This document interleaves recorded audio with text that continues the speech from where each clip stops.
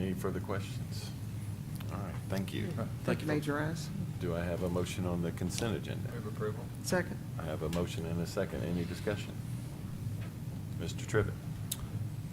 Commissioner Brock, Yes. Commissioner Hunter, Yes. Commissioner Wise, Yes. Vice Mayor Murphy. Yes. Mayor Fowler. Yes.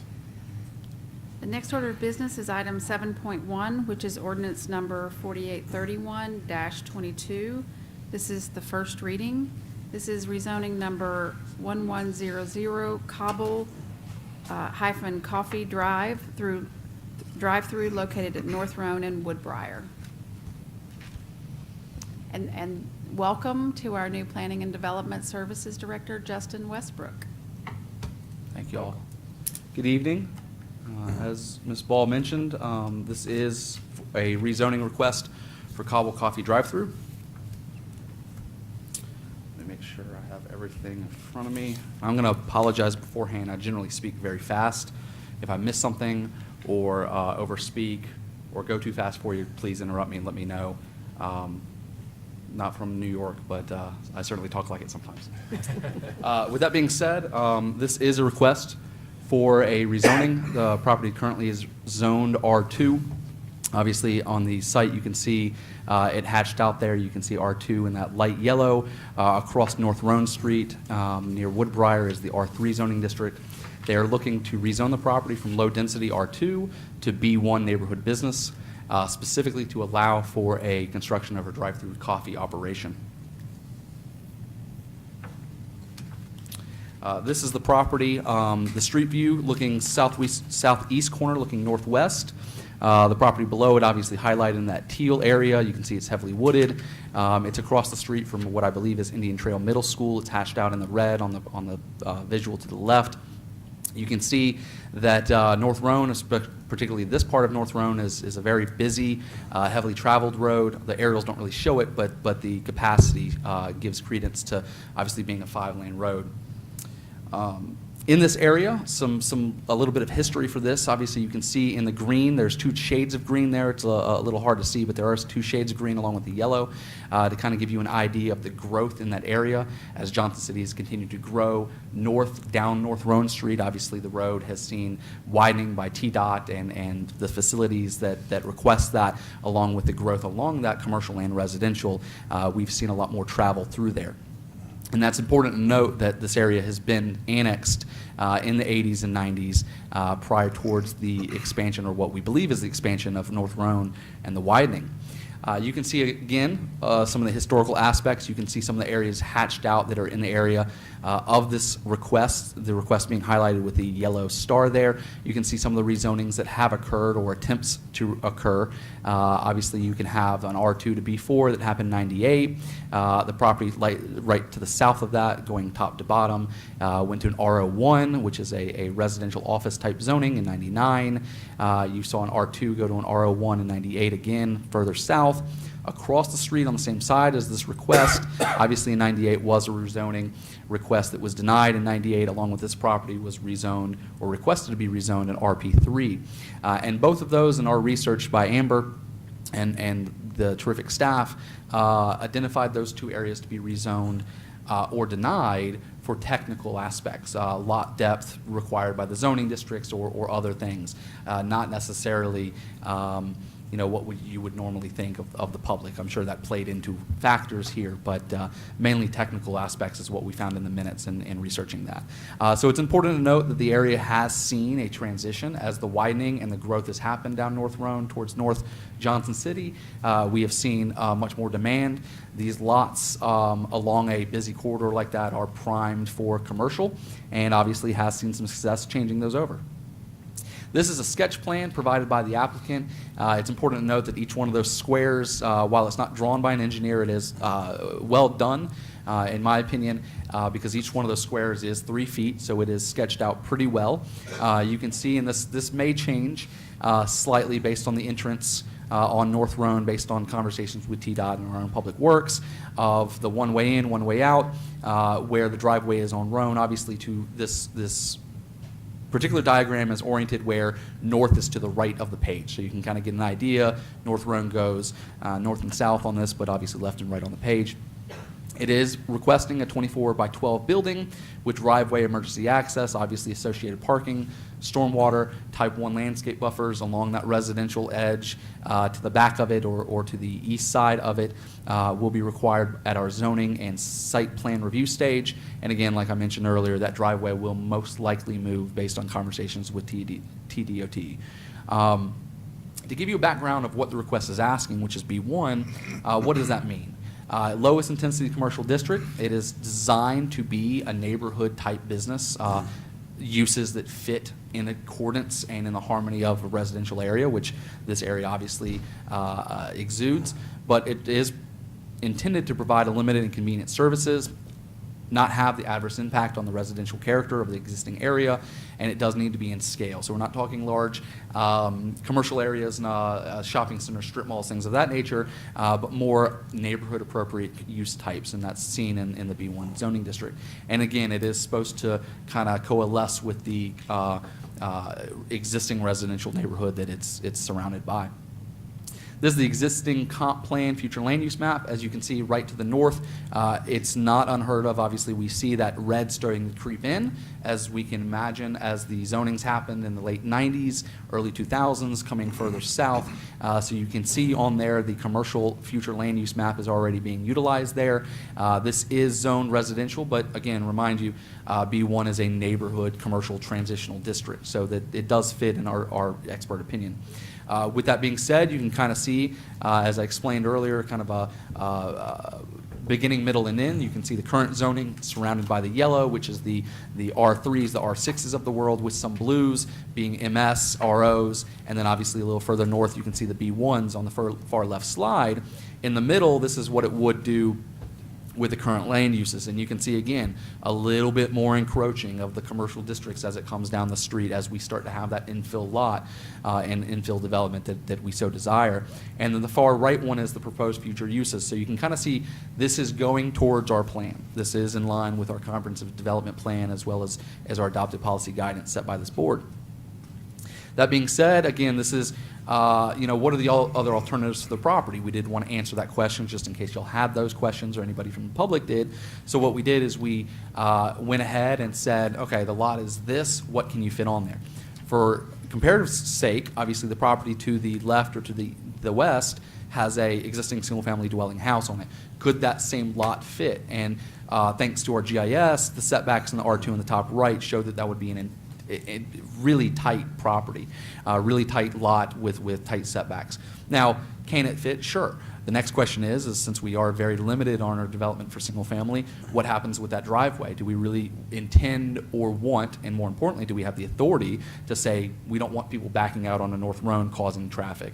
And obviously with a single family dwelling, that makes that impossible. With the commercial, we have a little bit more control with that, with stacking lanes and turn lanes and things of that nature, which we'll address later. So we did want to make a point that some of this is infill lot that otherwise would not be infilled with residential.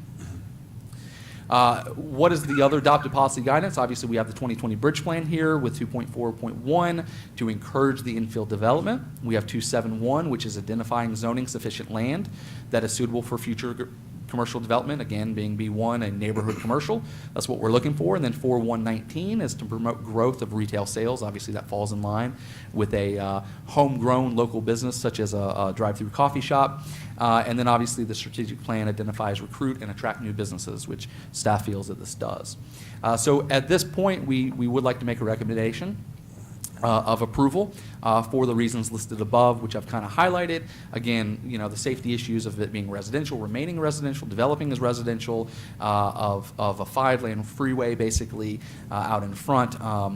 Obviously not reasonably sized for a decent size house, but again, and in our research we noticed that house we used was actually smaller than what we've noticed in our immediate research. So that was even being generous. But we feel that this particular lot doesn't take any adjacent access from existing residential side streets. It's very limited in North Rhone, and so therefore we feel that it's very appropriate at this point. We did host a neighborhood meeting November 14th. 6 neighbors attended. Concerns varied from property value, traffic, school safety, driveway, and site distances, along with some overhead utilities, vehicle noise, and grading issues which again, we feel very confident we will address most of those at the site plan stage with our zoning ordinance and our subdivision regs. And then the Planning Commission did hear this particular item December 13th and voted 7-1 to recommend approval as well. At this point in the stage, this is the first of 3 readings, so this is not the public hearing stage. It's my understanding you'll have 3 motions. Possible motions right now: approve, deny with the request with cause, or defer the action to either a different date or a subcommittee to further study, obviously it returning back to you all at a later date. And this is the area. You can see obviously I-26 from the bottom of the screen running north, North Roan parallel to that. You can see the Bristol Highway kind of running perpendicular, running southwest and northeast there. So to give you an idea of where this is, and I'm pretty sure that's Indian Trail Middle. I'm available for any questions if you have any. And I believe the applicant is here as well, just in case. I'll remove any doubt. It is absolutely Indian Trail. Excellent. I'm still learning. Still learning. Which hearing is going to be public input? The second reading. Second reading? Yes, ma'am. Okay, thank you. I do have a number of questions. So the neighbors who were in attendance, who came in for the meeting that y'all had, did that include the school system, because it's just across the street? At this point, I would defer to Amber, as I'm pretty sure she attended that meeting, and let her speak for that. Okay. We sent a notification to all the property owners within 200 feet, and I believe that the city of Johnson City would have received that.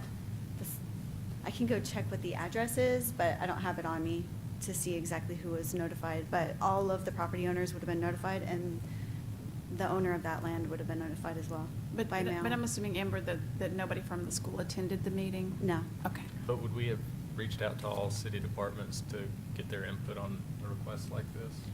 Yeah, whenever we get a rezone application, we talk to water sewer, we talk to public works, we run it through all of the channels. We have a meeting and everybody sits and has a conversation about it. And then they put their input into, which is disclosed in the package that you received. So was schools part of that as one of the departments? No, we don't reach out to schools for rezones typically. And I think that's the question. Okay. And I was going to ask, kind of dovetail with that. Something happens 2 times a day that is charitably described a cluster directly across the street from where this coffee shop would be. And I guess my concern would be particularly traffic out, trying to make a left-hand turn in the midst of the snarl of Lambeth and, the people trying to get in and out. And I was just curious how much we've thought about that. And because we're trying to apply, I understand the B1. This feels like B4 disguised as B1, and I don't mean that in opposition. In most cases, B1 is something at the end of a residential street, like the ice cream shop that you walk to. Nobody's walking to this. I mean, well, this is going to behave more like any other business on Roan Street. So my concern is, given where it is in relation to the 2 roads that service Indian Trail, particularly the left-hand turn move out of it, could create some real drama. Yep. And that is a question. I mean, Yes, I sir. would be curious to hear staff address It's that. Drama? What we can definitely do is, in between now and the second reading, is staff will work with the school systems and our reps there, along with the police department, to gauge the cluster, so to speak, and see what we can do. Unfortunately, it's my understanding, and I could be wrong, but it's my understanding the use is really the question, and the site plan will get tweaked. I think there's a number of different tools in our toolbox to answer that, such as a pork chop, working with the development, and by a pork chop I mean right in, right out only, to help with that kind of cross cutting of the 3 lanes, and then obviously working with the school systems and the police department to see what could be done. And again, based on my newness, I'm not sure if there is a police officer used at that intersection or what mechanisms used, but we can provide answers at our next meeting. We'll fully vet that. Just in terms of a little bit of history, I served on the school board 2007, 8, 9, for 6 years. And at that time, we were appealing to the city to please put a traffic light out there. Mhm. It never has occurred. But it was to try to help manage the, I would call it more than a cluster out there, the congestion that occurs, particularly in the morning for drop-off. Cars are on Carmel and the other road there trying to get out for an extended period of time. A business like this, in my opinion, would just be adding to the cluster time, because that's when people are going to stop and get coffee early in the morning. Would there be a requirement for a decel and turning lane to get into this property? It's my understanding that DOT has required that, or at Okay. least made mention that a deceleration lane southbound on North Roan would be required at this point. Okay, so where would the automobiles stack? Excellent question. Per our ordinance, we actually Amber did an amazing analysis regarding what that would look like. And so we have 5 cars there. Those are to scale. They don't look that way, but they are to scale, and we actually went above and beyond, throwing an F-250 in there, I believe, and a brand-new Grand Wagoneer, which is a very long boat. But we do have 5 spaces on site before the ordering station, obviously additional stacking spaces beyond that, and then the deceleration lane TDOT would require, I believe. How much frothing do they plan on doing to these drinks? Like, you could move a lot of people if you're just pouring coffee. I've been to Starbucks, and it's Yeah. slower than molasses. Yeah. You know, This is also probably not an accurate depiction of the location of the driveway and the location, relative to the location of the building, because the TDOT would require the deceleration lane to be on the subject property, so that would all be moved down, and there could actually be more space. oh, the so driveway you would might be- flip the driveway the other way. Yeah, the driveway is more likely to be located on this side, and if the building were still located there, there could be a lot of space, and then there would also be the deceleration lane along the front. And that deceleration lane, to Commissioner Brock's point, would be further away from Carmel, adding more spacing between a potentially adverse intersection and an existing intersection that we're already seeing problems in. So obviously, spacing between the two only helps that. So we have a little bit of history here with a Mhm. place called Powell's. Mhm. And it's probably some of the biggest complaints we get about traffic congestion and stacking and blocking the roads. Bristol Highway is a great example, and, you know, it was designed to have a decel lane so people could stack there, but they stop on the Bristol Highway and it blocks it up. The worst one is on Old Gray Station Road that just totally shuts down the road. So at least I'm really sensitive about this, and, you know, being in an area that's going to be really, really congested.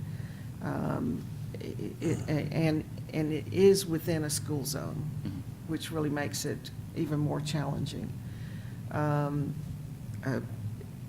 do have concerns about a product like this.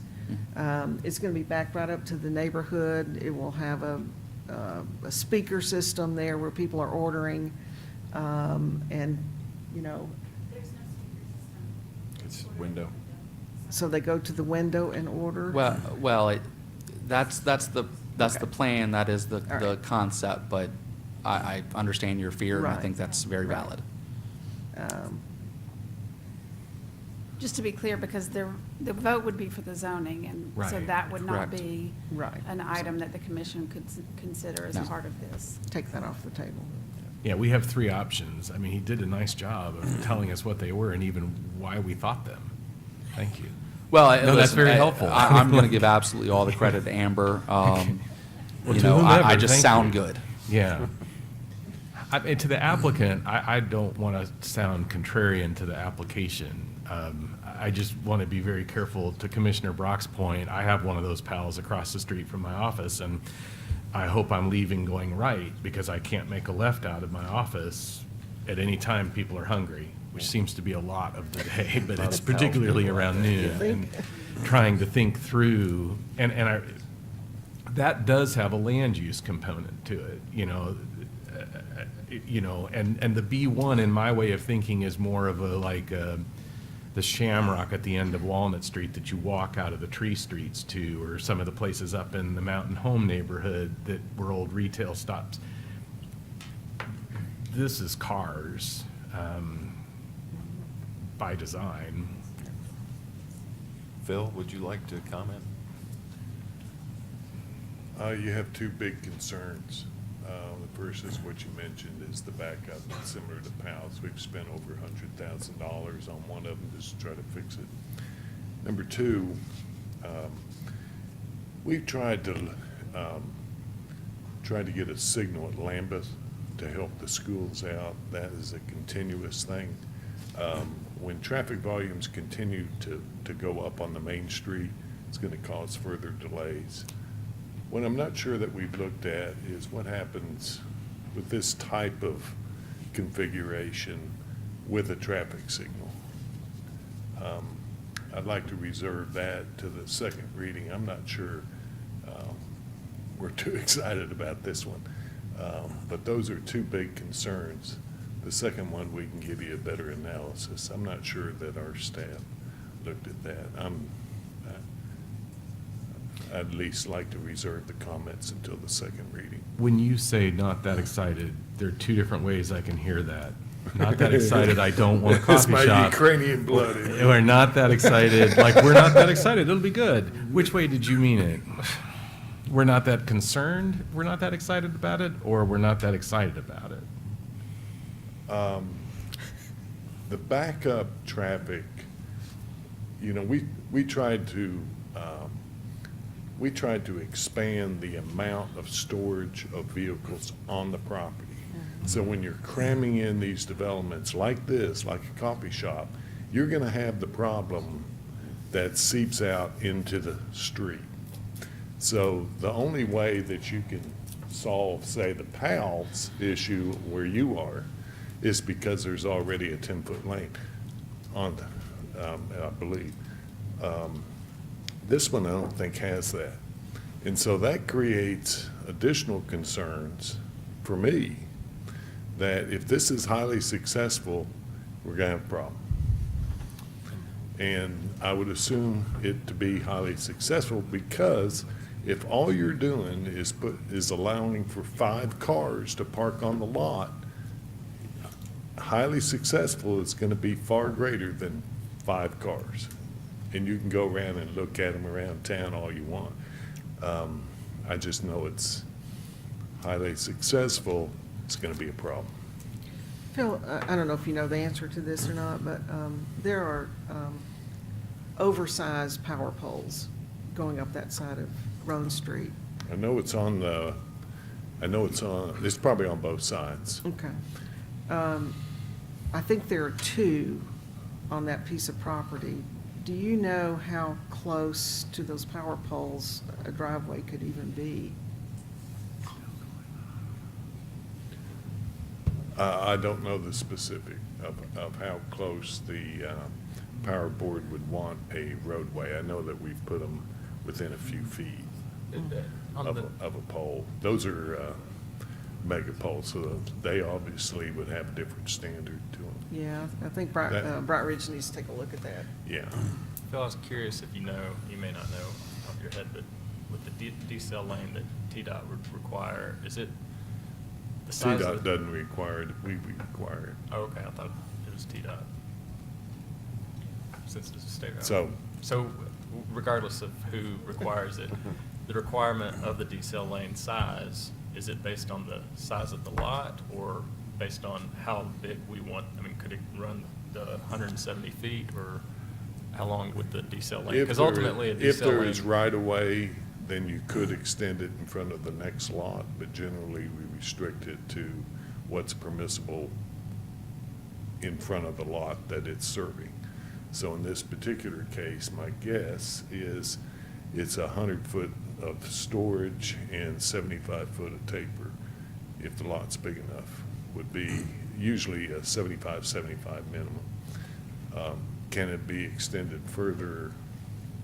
It could, since you're on right of way. But then you're running into Lambeth Drive area. And I guess, I mean, I know we've got minimum requirements as to who's supposed to be reached out to as to who puts input into whether these requests are satisfactory, but with having a large school with, I don't know, how many is it, 1,200 It's almost 1,300 students there. students? Mhm. Which means there's at least 1,300 cars. Yeah, my running in there. concern And is school more, buses, yeah. my concern would be more long-term because you're seeing the development occur, right?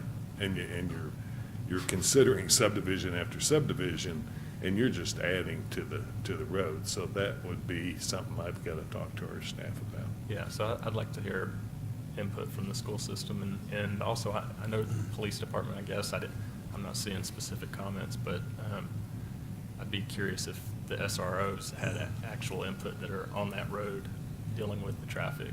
I And- think there is an officer. Yes, That's yes, that there. works traffic Oh, yeah. at Out in the middle of Lambeth. the- And, Yeah. and you know, And my that's where the concern- turn movement's in that turn lane. By the time, if you look between Carmel and Lambeth, by the time the officer is parked, his patrol car and then gone down to, you know, basically staff the intersection, his patrol car is parked right about the lot line. I mean, it's really right in the middle, roughly, of, you know, because he's not right there at Lambeth. He parks in the turn lane. He parks it in the turn lane, probably 100 or more feet behind where he's actually standing. Yeah. Which would be where I think if there was a lot of turn movement into the, I think that would then become another, well, now the police officer's in my way, I'm trying to make a turn into the coffee shop. But they talked about being right in and right out only. Well, but I- this- No, I think that's an option that we can Okay. explore. Which we've tried at Starbucks at ETSU, go over and watch how that works.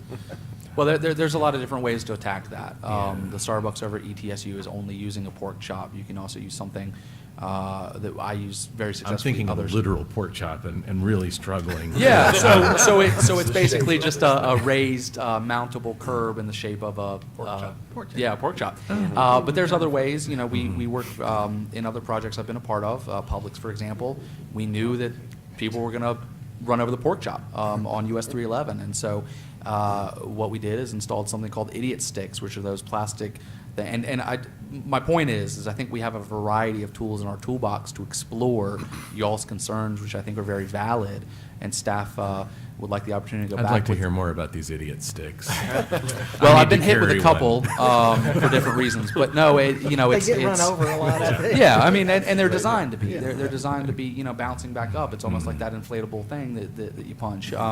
But my point is I think staff can, after hearing these very valid concerns, we can go back to the appropriate people in this building and on this team and include the school system and others, other stakeholders in the area, more so than what we already did. We're hearing your concerns, and we need to go back and figure out what we can do.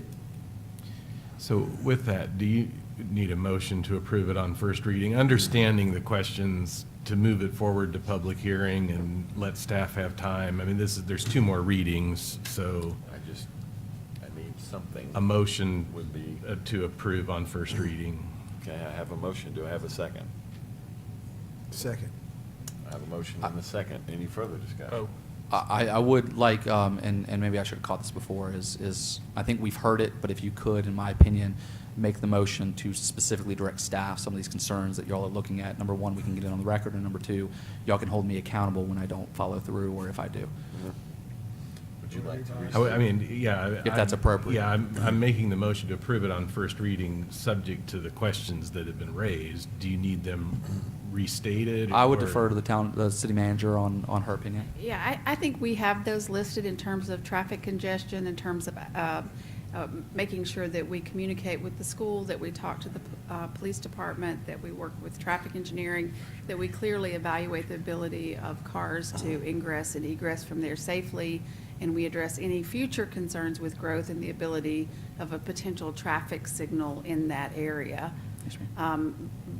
But we know that the next reading will also be public hearing, so we would welcome those folks to also come in and comment on that. Absolutely. Did that cover everything that you I had? believe so. Do you still second the Second. motion? So we have a motion and a second, including all of the reasons why we're Correct. Moving it to second to get the information from y'all. Yes, sir. All right, Mr. Trivett.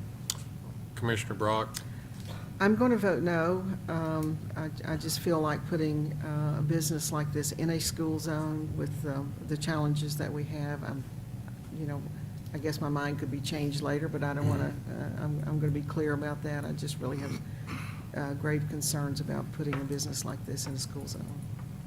Commissioner Hunter, I'm going to vote yes at this point. Do have a lot of concerns. It's a place that I visit every day during the school season. It's dangerous as it is and continues to get worse. But I would like to hear public comment and input from the schools and the SROs. Commissioner Wise, On first reading, yes. Vice Mayor Murphy. I believe the business concept is brilliant. I was able to hear it at the Regional Planning Commission meeting. It was a great presentation. Help me out with that one time. Applicant? Yeah, Yeah. applicants. Thank you. Fighting a little drowsiness on today. I need to take a emergency when I get home. Had great explanations. I am aware of the congested traffic there. I actually live in that side of town. There's an officer there. It's very congested during certain points of the day. And in my vote at the Regional Planning Commission, I was on the fence. Just full disclosure, but I will approve it on the first reading. But I am very interested to see if we could work it out, and also wanting to hear from the neighborhood there as well. So I am voting yes only on first reading. Mayor Fowler. And I'm glad you did, because I would like to hear what they're saying, but I'm going to vote no also. So it passes 3-2. Excellent. Commissioner, your next order of business is item 7.2, which is ordinance number 4832-22. This is the first reading. It's an ordinance to rezone land located at 604 Leisure Lane from I-1 district to B4 district. I think we have Peyton, or excuse me, Justin is going to cover this one. Yes, ma'am.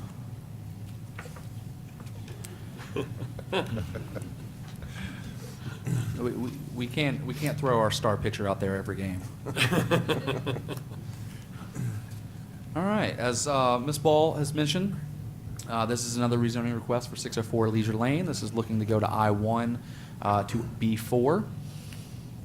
You can see the property is hatched out. Obviously, the I-1 is to the north in the lilac, lavender type color, surrounded by purple, with B3 obviously to the east and B4 to the south and west.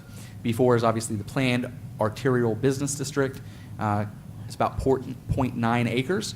Most of the property, let me go back because I think it's important. Most of the property that is subject for development is actually the corner of West Market Street to the south, as well as Leisure, running north-south on the left-hand side of that graphic. The part of the property that is considered rezoning is the north. It's a site on there, but the property to the south is actually part of this development. And that's the whole reason for the request is B4, where it says B4 right below the GO, that is looking to develop. They have the land in the back. It's best management practices when you do have split zone lots to try to bring that into the fold with one lot to make sure that you don't have wonky rules on one side of the property that you maybe not have to meet on the other side. That being said, this is the original concept plan that the applicant has provided for this lot. This does include the back half, which is currently I-1 that we're looking to go to B4, which the front half of the property benefits from. It is for a car wash and replatting in the process to combine the lots, and the rezoning would help alleviate the current split zone lot that I mentioned before.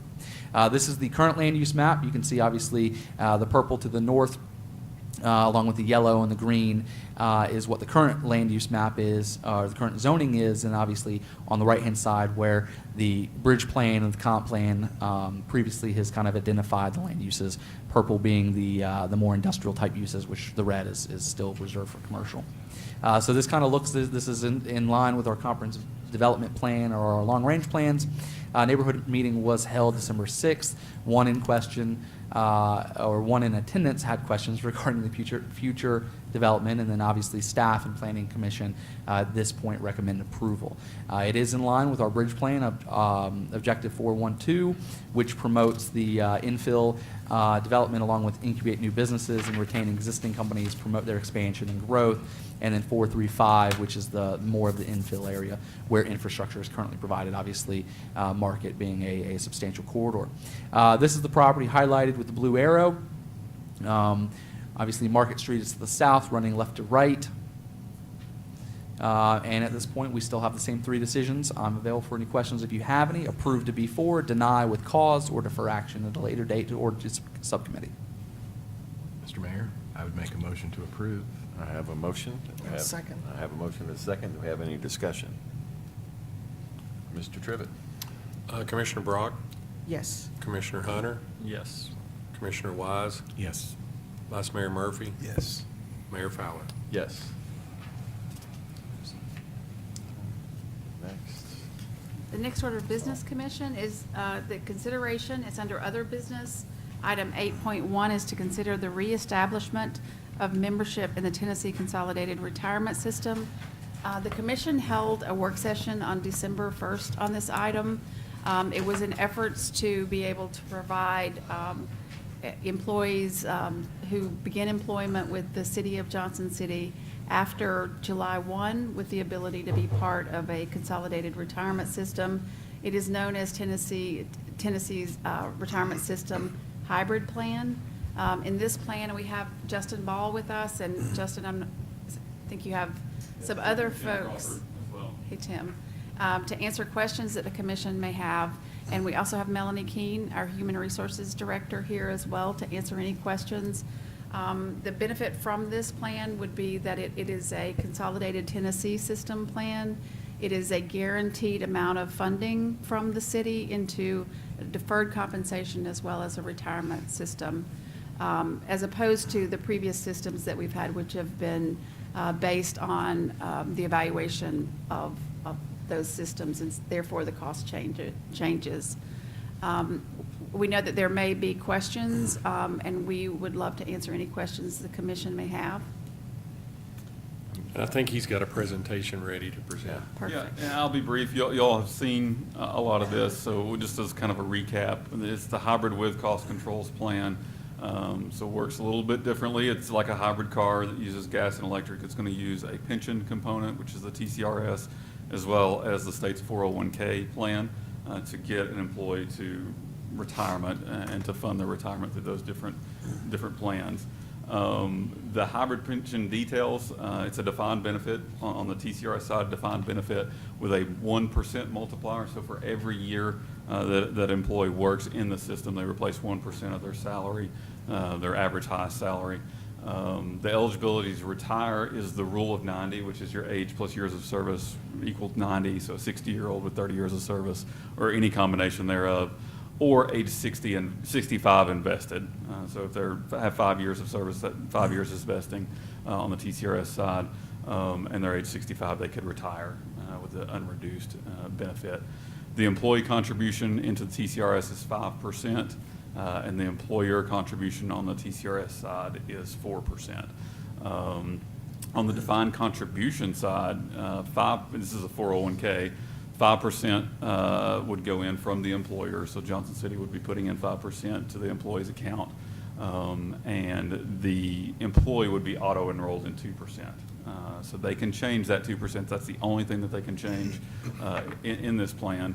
They can go up, they can go down, they can leave it at the 2%. But regardless of what they do, the city would still put in their 5% into the 401k. This kind of gives you a little bit better visual in terms of the breakdown.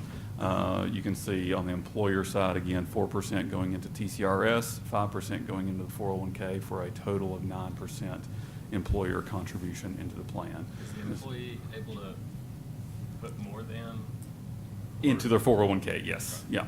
So they. But not into TCRS. Not into TCRS. And that's because it's a formula-driven, so it wouldn't benefit them to do that. So they would put in their 5% into TCRS, again, auto-enrolled in that 2%, but the 2% is what they can change.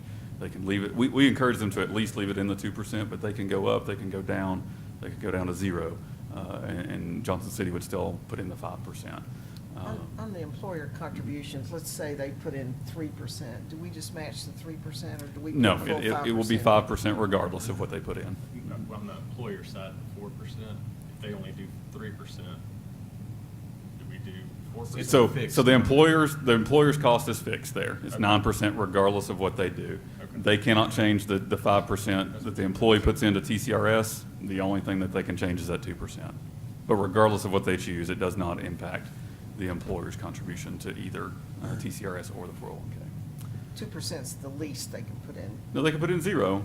They're auto-enrolled in 2%, so we're going to automatically sign them up for it. So if they put 0, we still put 5%? That's right. Okay. Mhm. Yep. I understand. So again, the member or the employee is contributory into TCRS. It's a little bit different than what your legacy folks were under. They do have the same 5-year vesting in TCRS, but they're immediately vested in that state 401K. So if they start in the hybrid plan, they work 3 years and then leave, they have all those 401K dollars that they can take with them if they want, although they're still not vested in TCRS. Okay, it's one of the advantages to short-term employee, right? They can take that with them for the employee. And then again, it's the service retirement, which means they've crossed the threshold where they're not going to take a reduction on their benefit. That's at age 65 invested, or that rule of 90. This is how the formula works. Again, the accrual factor is 1%, so you multiply 1% times their average final compensation. We take the highest 60 months of salary, 60 consecutive months of salary, and then their years of service in that hybrid plan, and multiply all that to get their annual benefit. Then we pay that benefit out monthly for the rest of their life once they retire. They can also choose a survivor option if they want to. It would lower the amount that they get based off the age of that survivor, but they do have that option at retirement. Tell me about the survivor option, what do you mean? Yeah, so you can choose a survivor to get the benefit, a lifetime benefit once you have passed away, but they reduce the amount that you get based off the age of that survivor. So the younger the survivor is, the more of a reduction you're going to take on your benefit. There's actually 4 different survivor options that you could choose. And again, they don't have to make that decision until they actually go to retire.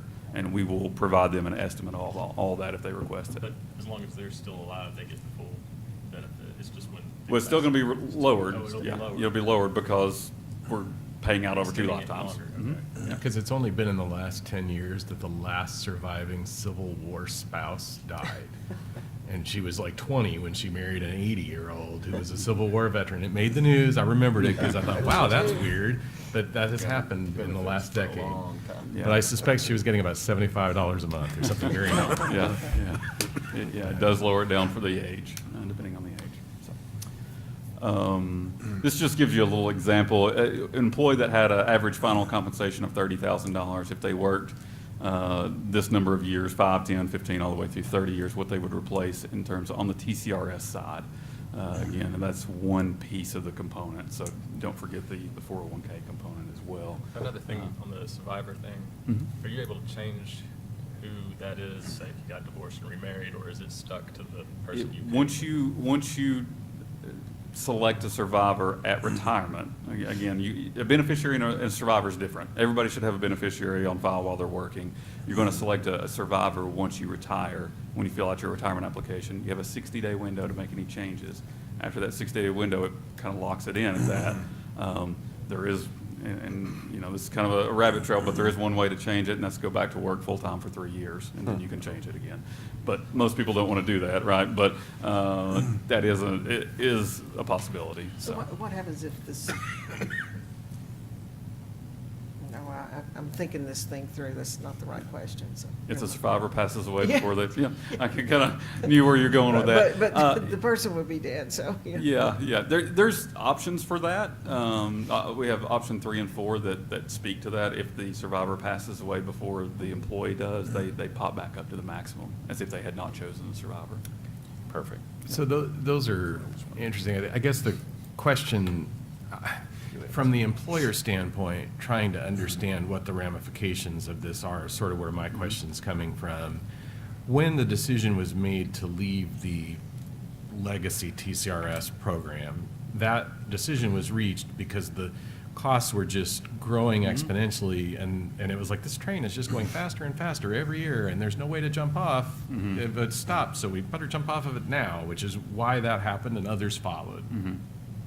TCRS retooled and re-envisioned it, and so I understand the cost controls, and I understand some of the variables. The variables on the cost control are move the 5% and the 4% around so that you're funding more TCRS. The cost controls are delaying a COLA for a year.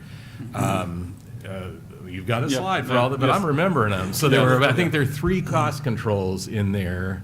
If I remember, you was shifting them. There's a few more, and as we talked about, we stress test this against the 2008, 2009 downturn, and which is, worst economic downturn we've seen in our lifetime. And we went down 2 of these.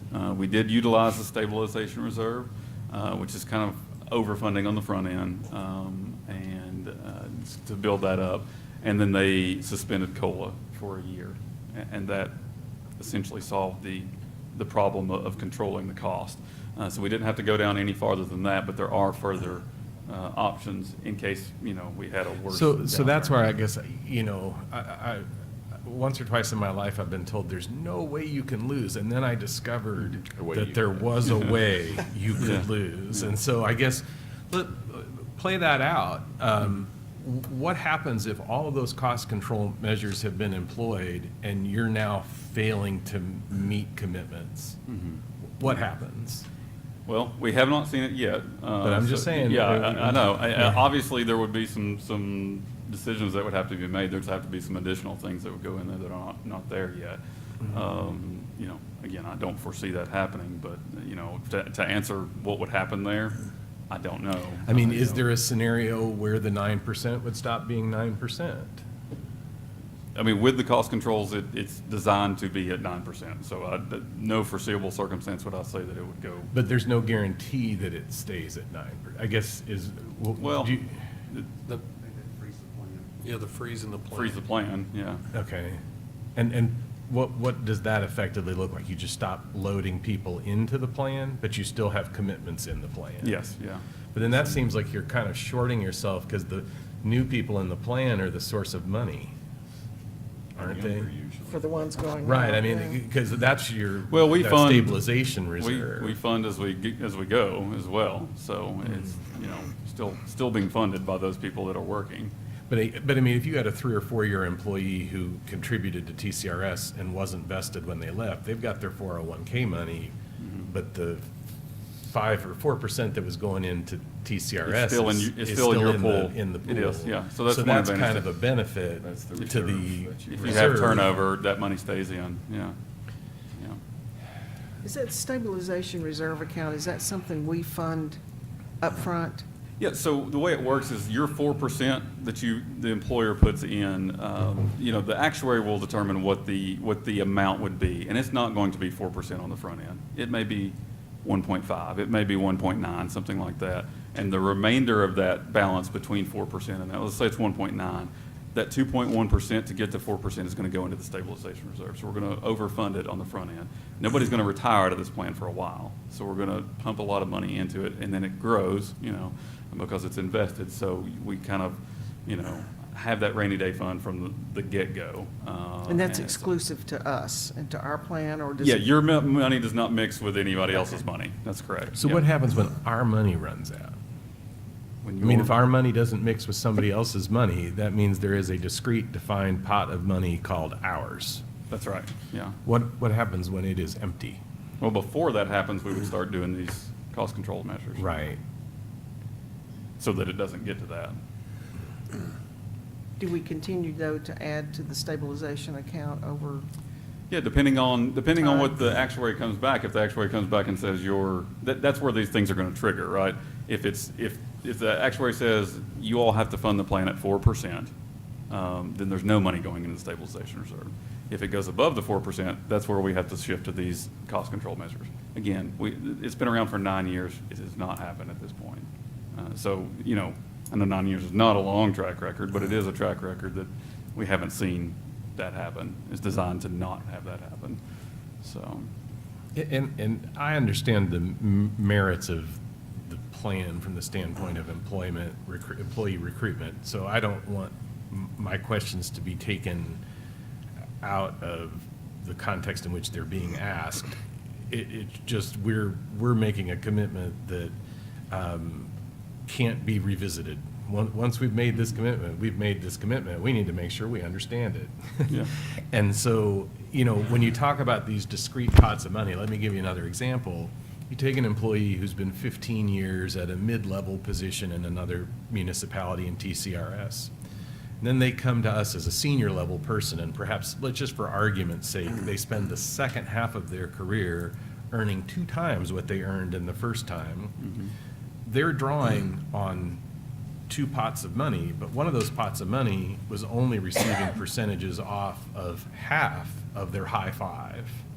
And so when it comes time to figuring the formula, the second employer is really the one who has driven their benefit up. How does that affect the first employer's fund?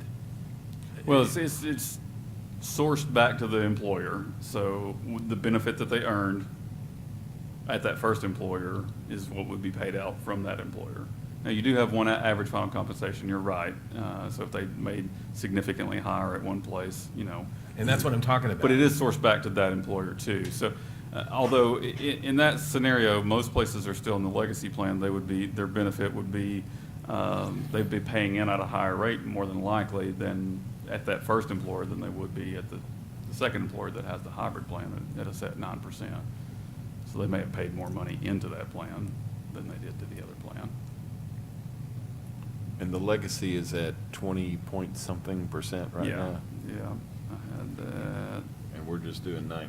And is that, 20.35. is yeah. that statewide, or is that to The individual groups? 20.35 is for Johnson City. That's what, okay, so it could be different if you were another entity Yeah, it could be participating in run the legacy. gamut. It's Right. kind of all across the board. And so I imagine ours is higher at this point because we've It's a had closed year. plan. It's a closed plan, and it's. Your percentage will continue to get a little bit higher, your As it tails population will get off. smaller, yeah. So the number may stay around the same, but it's kind of a inverted funnel type,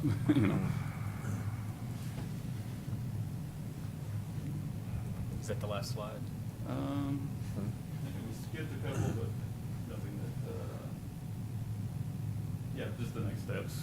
If you wanted to proceed Justin, forward. if the commission wanted to get more information on this, and maybe we would have a work session at our next meeting, what is the deadline for us being able to the commission being able to make this decision so that it could be implemented July 1?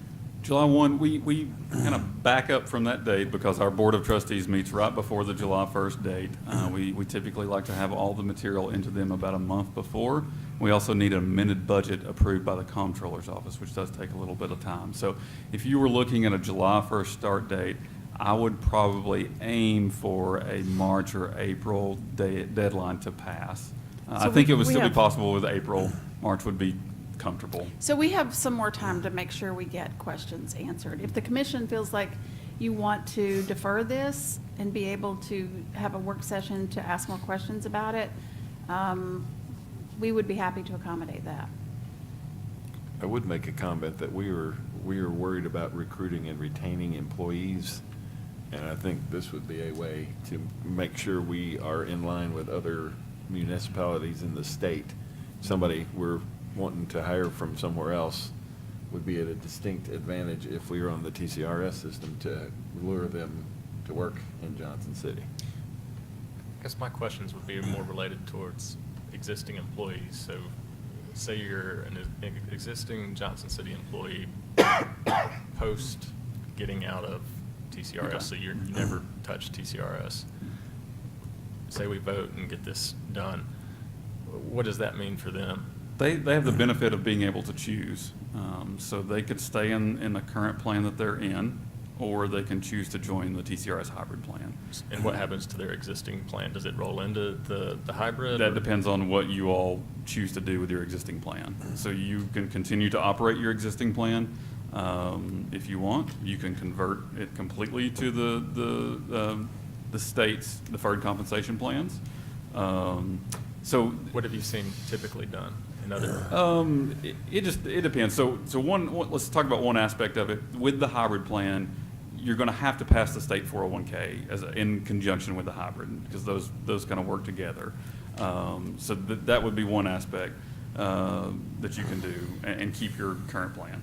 The other is you pass the state 401K for your hybrid, and then you convert all your current plans into the state's 401K and 457 plan. And then everything just basically rolls over into that plan. You all have the choice to do whichever one you want to do, and that decision doesn't have to be made concurrently with this. It would need to be made, we'll have to have a 401K in place by July 1st as well. Does staff have a recommendation as to what they prefer? We do not recommend rolling, well, an employee can make a recommendation to roll it into the 401K, right, and the 457. So it depends on what you all choose to do, which plan you all choose to have available to those employees. So again, if they're choosing to join the state hybrid plan, you have to have the state 401K. So that's going to have to be passed to go in Right. conjunction with this. But for an employee that is not going to join the hybrid plan, you can either keep what you all have currently, or you could choose to convert it to the. So, But it so would at be this for point, all we employees. do not recommend that we automatically allow people to buy into the system, because you have to determine actuarials for each of those. Yeah, And of course, that's a whole separate scenario. That's a prior service study. That To would, to yeah. buy back time. Mhm. But going back to your question, Commissioner Hunter, too, is you're only going to have people, if they choose to go into the TCRS hybrid, and they've been in the trust for 4 years, they're not fully vested on the money that the city has contributed to that. So they would be better off leaving that like it is, joining this. We will stop matching any money that they want to put into that. But then that 5th year, they're going to be vested in all the money that the city's put into that prior to that, they would have, then they could roll it over. So it would be very unwise for someone with less than 5 years to take that money and roll it over, because then they're not going to get the full benefit of it. So I think that option would be, if they choose to go to join the hybrid TCRS, they can keep the trust, but we're not going to be contributing a match. We're going to be putting our money into the TCRS to match for them, the 9%. And the 8% match that we do, or up to 8%, would not go into that. But they could still keep it as long as they wanted to. As long as you all offer it, yeah, and they want it to. Well, I mean, they could still keep it even if we didn't offer it anymore, because we're not going to offer it for new If employees. you choose to freeze it, yes. But If you they choose to could- convert, it would roll in. So- Yeah. So that's the question, freeze or convert to. Or they could roll it over into For an the- IRA or something But like for the that. purposes of our conversation, just because I think we can get too many variables on the horizon, what we're talking about would be a model where, if we adopt what's being proposed right now, we would have employees that have been here 20-plus years that'd be on the legacy plan. We'd have employees who've been here 8 to 10 years that are currently on the trust company. And then we would have people we start hiring in July 1 who would be coming into the hybrid. And the question that I think I heard was, if I'm an employee of the city in that middle group, the legacy folks, there's no incentive for them to change, so they're not They in can't. question. Yeah, And the new they people can't. coming, there's no question for them. So what we're really talking about is the last decade of employees. And let me pose what I suspect is the scenario. We're not talking about a wholesale people can convert from the trust company. That's not what's being proposed. But you could have somebody in that middle group who had 12 prior years of service in TCRS somewhere else. And I'm assuming for those folks at July 1, if there's a new plan, they might want to say, hey, I'm going to step away from the thing you started me on when I came to the city 8 years ago, because that 12 years, I can now start adding 13, 14, 15, 18. Am I understanding what the variable would look like, assuming those other factors? I suspect you would have a lot of those employees choose to join TCRS, even if they don't have 15 years somewhere else. Kind of what we've seen traditionally is, if they are in the last stages of their career, they're not going to get 5 years in, that they're probably not going to join. And I tell them that, stay in what you're in, because you're not going to get vested in the TCRS system. But in my experience, at least, most other places that I go, young and mid-career people, most people choose to join the plan, even if they were in the previous plan and don't have other experience in TCRS. But that's up to them. It's their choice. They can choose what. But I mean, a defined benefit plan, which is essentially what 50% of this is the more time you have to save on your own, the less appealing a defined benefit plan is. And so it seems to me the incentive to want to join a defined benefit plan would be you either already have some banked time or you're closer to the end of your career and don't see your money compounding a couple times because there aren't that many years before you. I mean, that's the way I've always understood it, and I may be missing something here. But No, it will be the individual's decision. You know, Right. when we talk to them in a group session, and then we talk to them individually and try to work them through that. So it's ultimately their decision, what they feel is best for them. But their is life. there a second decision we're going to get asked? So if we adopt this, I think to Commissioner Hunter's, I believe it was Commissioner Hunter that asked the question.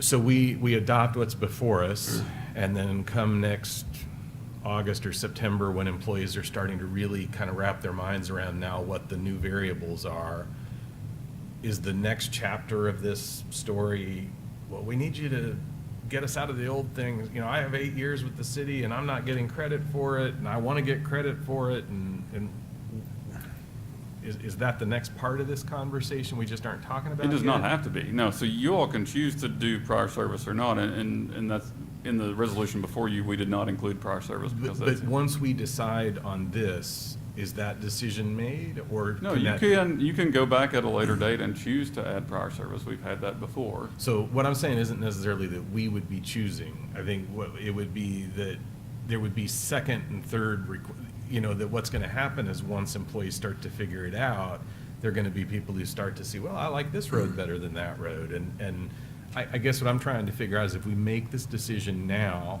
how many future decisions are we going to have to revisit that are hanging their hat on this decision? And it sounds to me like there's at least a couple. There doesn't have to be, right? I mean, you don't have to go back and offer prior service. You could say, we're moving forward. That's it. We're not, no prior service, and move forward. Plenty of places have done that, and don't offer the prior service. The only other decision you really have to make if you decide to go this route is then you have to pass the state 401K to work in conjunction with it.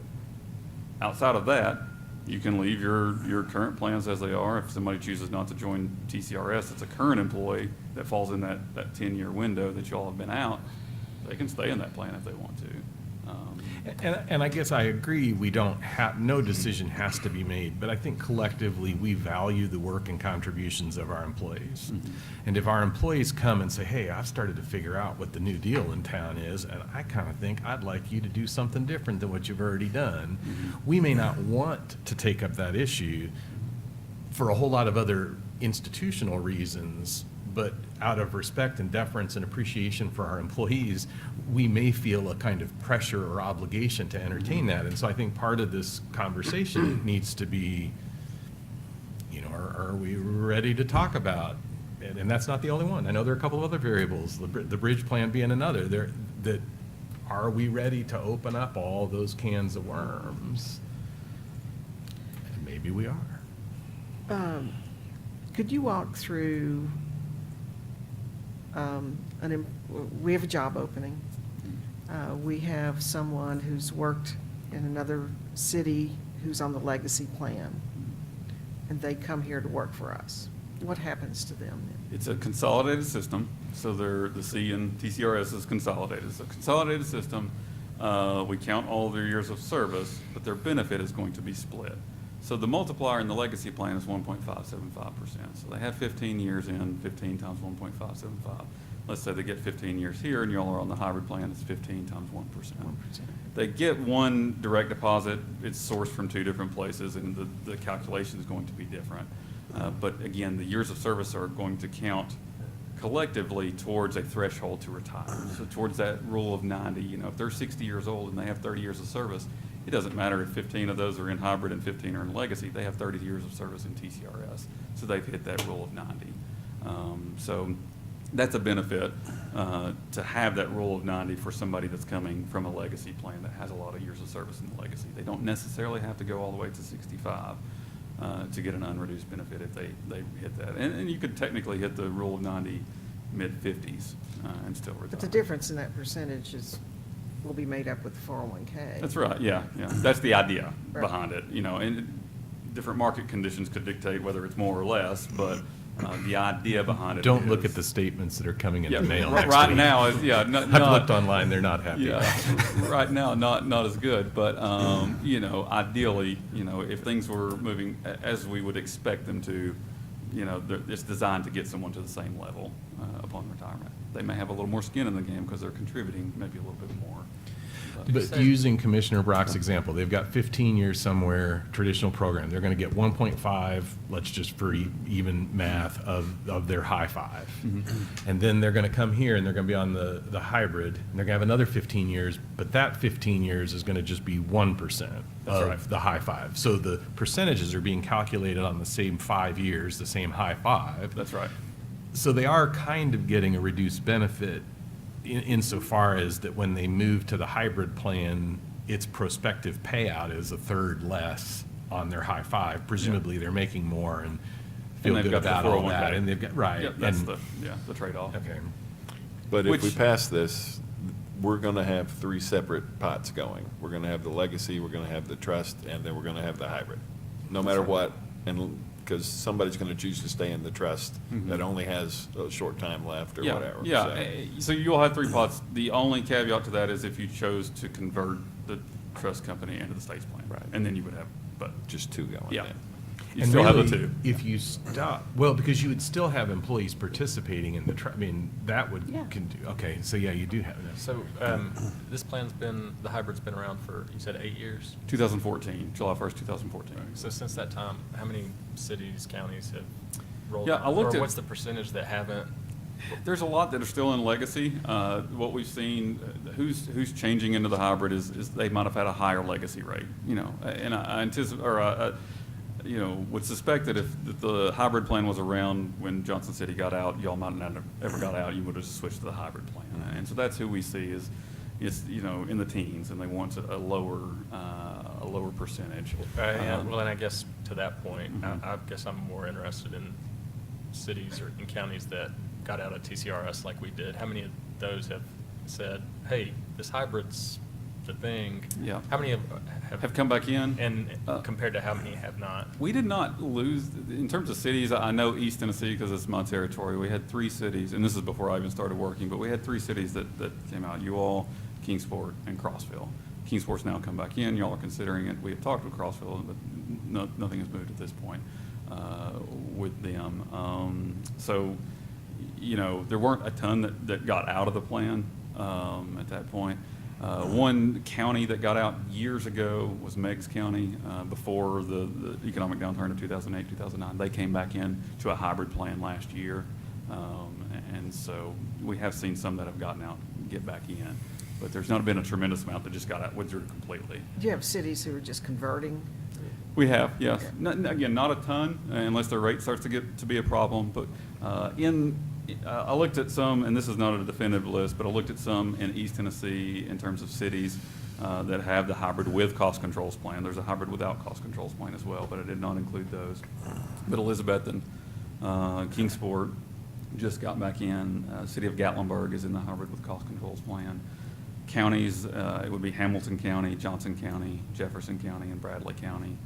And then just other entities that are not cities or counties. Bright Ridge is one right here that is in the hybrid with the cost controls plan. So those are some in the East Tennessee area that are in this same exact plan that y'all are looking I was at. curious, what about, what's Washington and Carter and Unicoi? They are all still in the Legacy, legacy plan. legacy. Mhm.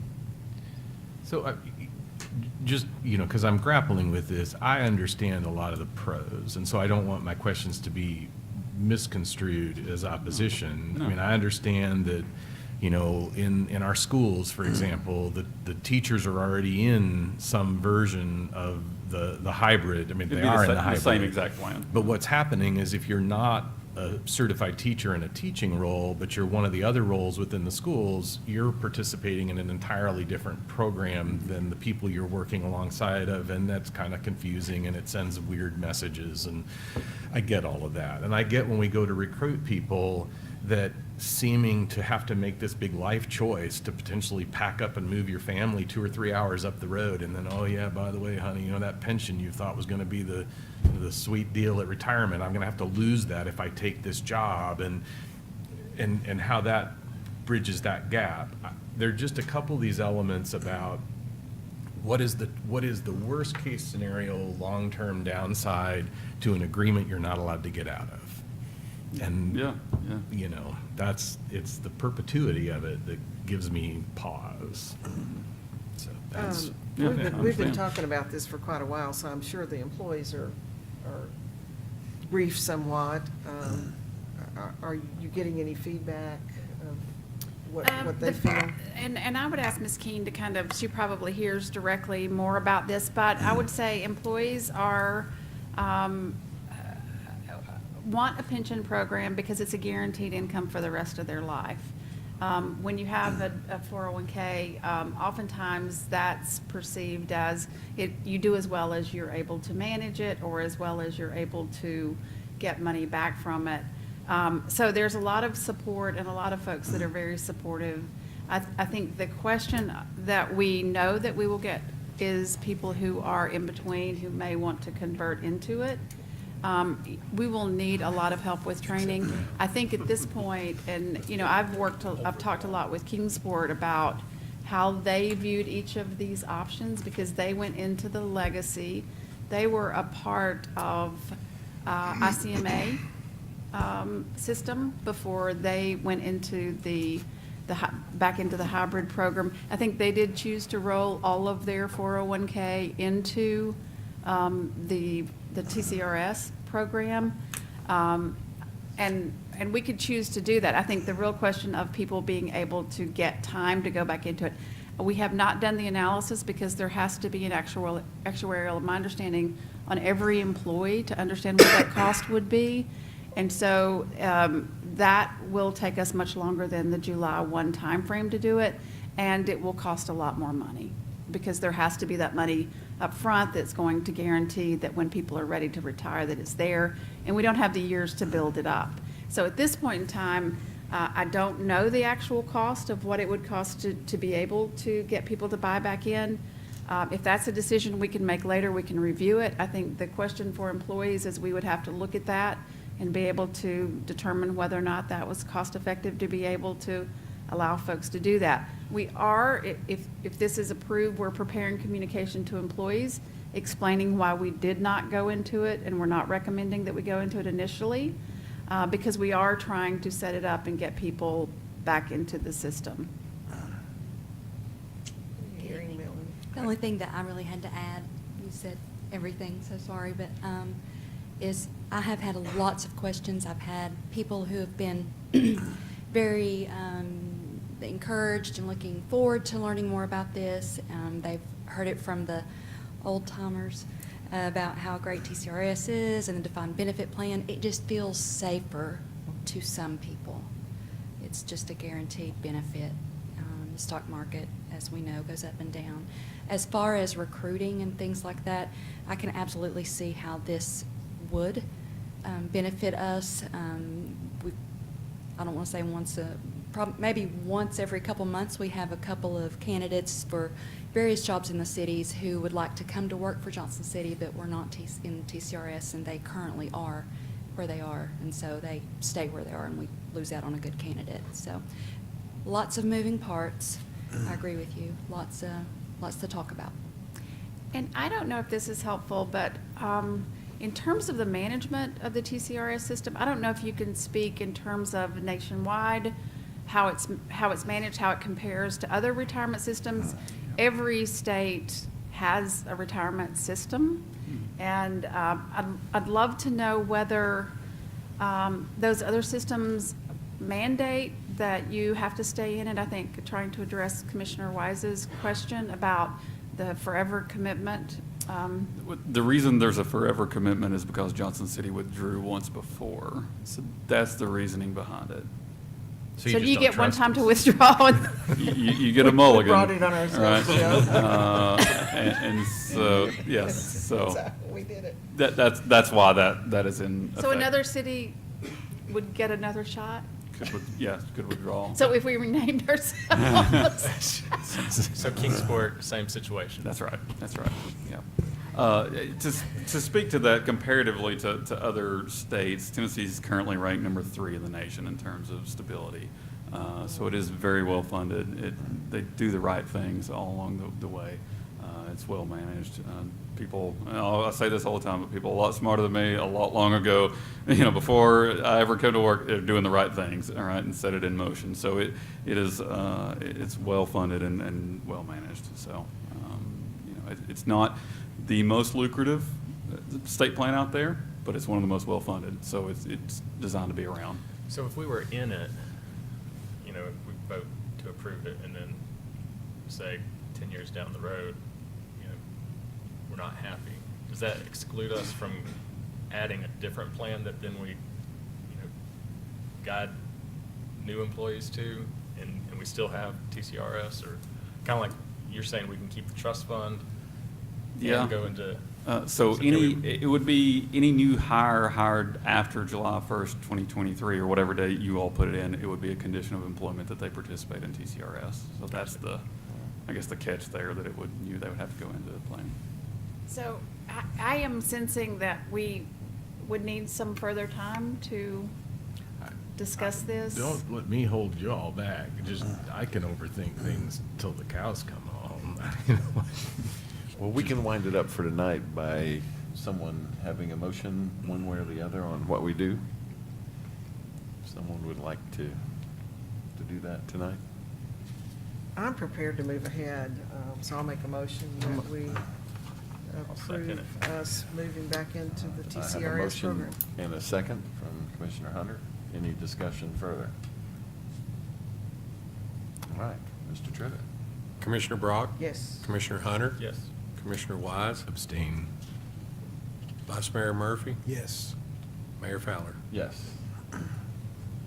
Thank you, Justin. All right, thank you. Appreciate it. The next order of business is. Can I say one thing first? Just, I don't think it matters, but it still has the staff contact as Charlie Stahl on our paperwork for tonight. I don't know if that needs to be changed or if that even matters. He's the one who actually put it in the agenda, so we let him do that. He wanted to do that. Okay, all right. Very So good. very good. And I understand why. Yep. That's good. Mayor, if I may step down for the next item, please. I don't know. Yeah. Is the air conditioning on? Mayor, Vice Mayor, and members of the commission, it is my pleasure to bring to you an annual report to provide you an update of things that have occurred over the past year and the accomplishments of city staff, as well as our other partners. As you all know, this has been a year of transition. We have had turnover within the city manager's office. I have been very fortunate and blessed to be able to work with Mr. Trivett since February of last year, and of course, we have missed having Mr. Stahl retire the end of last year in 2022. Our employees continue to be focused and work to accomplish the goals within the city. We have spent this year focusing very much on trying to understand what employees need from the city to be able to complete their job and to continue employment with the city of Johnson City. As has been talked about tonight, one of our focus areas has been, as have many employers in the recruitment and retention area.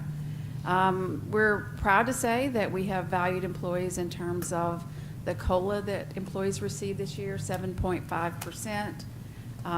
Additionally, there was holiday bonus pay based on years of service.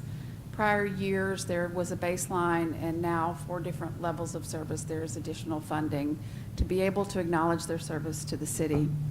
In an effort to recruit commercial driver's license employees, we made a mid-year, or actually in July, made a change in the pay plan for CDL drivers so that we were able to recruit them. We are working on a classification and compensation study to be able to bring rates to market as well as address compression within the organization. And as you saw tonight, you all made a decision to re-enter the Tennessee Consolidated Retirement System. There have been a number of key hirings in addition to several other. I mentioned that I have been thoroughly blessed with being able to work with Randy Trivet as Assistant City Manager. He has added so much to the office, as well as knowledge about the city and about the state of Tennessee, that has been very valuable. Very pleased to announce that Chief Bell was made permanently into the fire chief. He has continued to serve in that role very well. We've been able to add to the team in terms of economic development resources.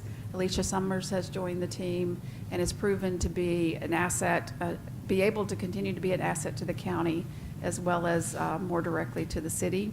And I just would acknowledge that we have had a great partnership with Washington County Economic Development Commission, as well as the Washington County.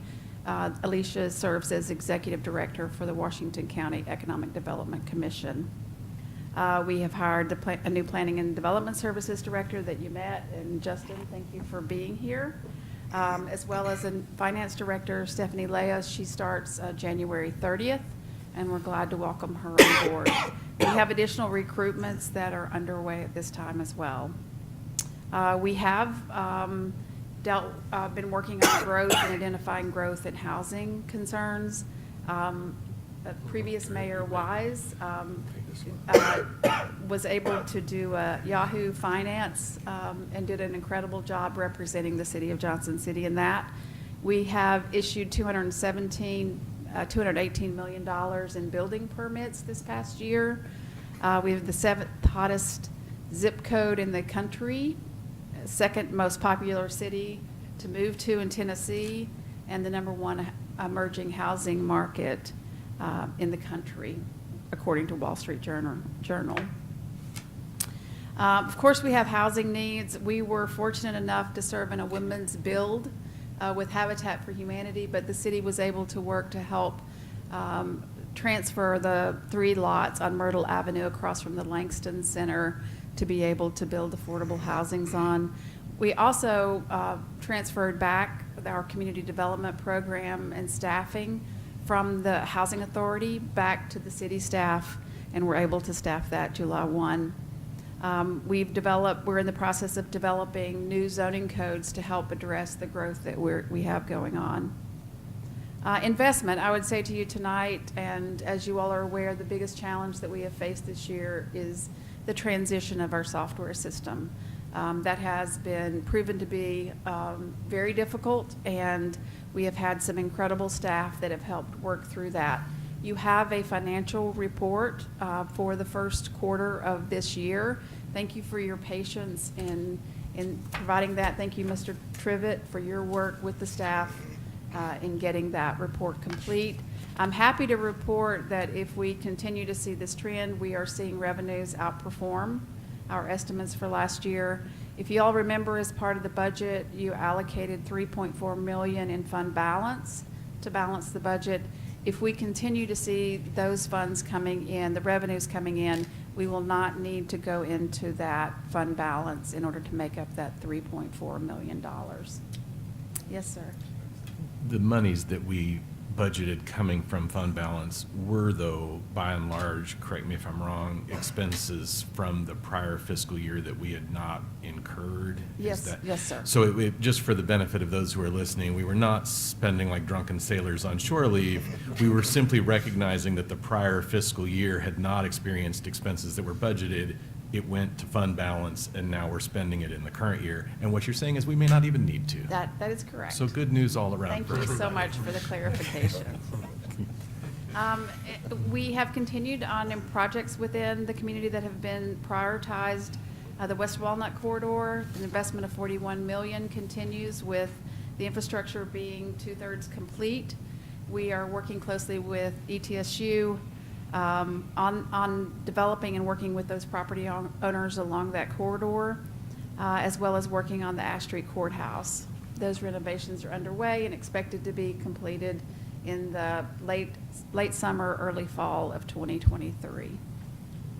The John Sevier project, we are happy to partner with the JCDA on that project. We were fortunate to be able to repair elevators that were not working in that building, and so that was an investment of $400,000 that the city provided to be able to make that happen. And there was also a rent increase to be able to make up some of those revenues. The property on South Roan Street, we were able to work with the property owner to make that property a viable property for folks to be able to relocate to. The Winged Deer Park, that is a $17.6 million project that will include 4 softball fields and 2 soccer fields. And then construction began and is expected to be complete in May of 2023. Staff accomplishments, these are great in number, but I am going to run through them because I think it's important to really recognize what an incredible staff that we have. The fire department received the first ever accreditation from the Commission of Fire Accreditation International. Water and sewer received TDEC water system score of 98. And I just cannot say enough about how our water system performed during this freeze event. We have some incredible staff that dedicated their time over the holiday, and we're very fortunate that we have such an incredible water system, in large part due to the investment that this community has made in the capital improvements of that system. A comprehensive annual financial report earned certification. Our Family Justice Center was named Pro Bono Community Partner of the Year. Parks and Rec received the state's 4-star award for renovation of the pickleball complex, which I think many of our folks have enjoyed during this warmer stretch of weather. Other awards and recognitions, the Communications and Marketing earned Award of Excellence for the 2021 annual report. Our GIS area won Best Cartographic Design for Winged Deer Park Map Series. Our Senior Foundation received Regional Positive Images of Aging Award. Lieutenant Brandon Jordan, who came before you with the fire department, was named VFW's Firefighter of the Year. Lauren Yantz named American Legion Law Enforcement Officer of the Year. Debbie Dillon was named the State Purchasing Manager of the Year. Deb Fogel was presented with the Wellness Award from TRPA, which came with a funding grant. Connie Deegan was named NETA Adventure Tourism Leader of the Year. Keisha Shown was selected as the Leadership Tennessee's Next, coming up in this year. Additional highlights that I would talk about is that we closed the jail facility that was housing inmates above us. It had declined, as you know, had a declining population. We successfully worked with Bright Ridge to provide $2.5 million to expand, to accelerate high-speed broadband by 2 years within our community. And the design concept was approved for the city's first visitor center. And we have experienced a number of events within ETSU's Martin Center. So I do want to highlight one event that has been incredible for our community. We have had a number of special events that have happened, including Meet the Mountains. We had a number of folks there. I want to talk a little bit about the Candyland Christmas. It obviously is incredible with 162 trees, 164 decorated light poles, 325,000 lights, 2,000 labor hours, 159 local businesses, organizations, and sponsors, and we had 35,000 votes for the favorite tree compared to last year, which was 7,000. Oh, wow. Bots. It was all bots. So a significant increase. Not only it would lend us to believe we don't have all the numbers yet, that the number of people who came, but the number of people who actually participated in the voting was really incredible. I'm going to go back to that in a minute if you will allow. This is an incredible picture, and talk a little bit about the 2023 priorities. You all are aware that we have a commission retreat coming up next Thursday and half a day on Friday. So there's an opportunity to review these in further detail. The organizational rebuild, restructuring will continue. Emphasis is on core services, especially within growth areas. And these are recommendations from staff for your consideration. The parking and transportation study, which we will complete, and then looking at homeless and social services within that. It's a pretty exciting year. I'm really pleased to be a part of this community, a part of this group. I would like to take liberty to ask the mayor to come down with me. I want to talk a little bit about Candyland Christmas again. In late 2020, of course, COVID had hit. We had a mayor at that time, Mayor Brock, who was all about Christmas and all about our community. The community had lost so much through the pandemic. She couldn't bear it. So as a result of that, decided we would have a Christmas celebration. First Christmas in the park featured 75 Christmas trees throughout Founders Park. It was a huge hit. Nothing is more of a hit than to have people copy what you do. That's true. In which we welcome that as well.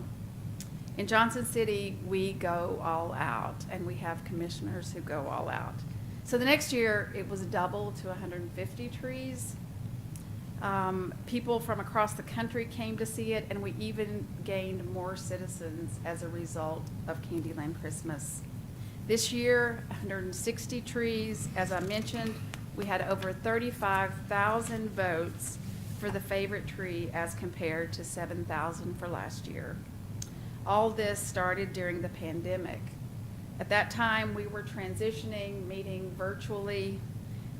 We did not have the opportunity to thank the mayor at that time, Mayor Brock, during that transition. So tonight, we say thank you. This is from staff and our community, and all the gifts that you gave during our tenure. And I am going to ask our current mayor, Mayor Fowler, to provide you with this plaque in appreciation for your service. If you will come down.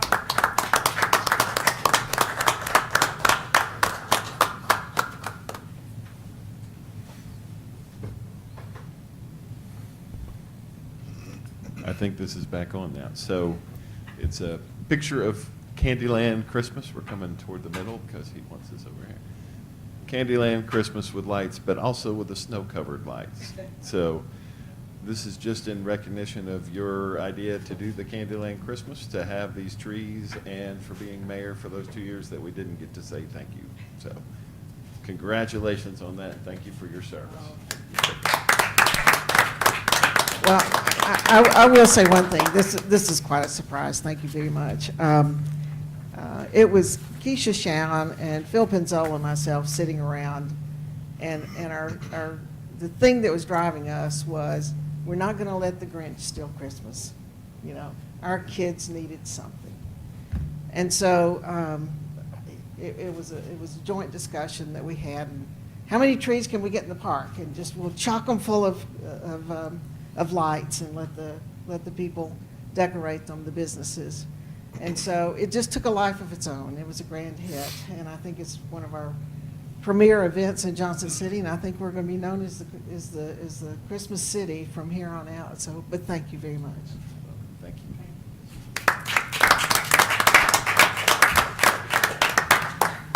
And we got through COVID finally.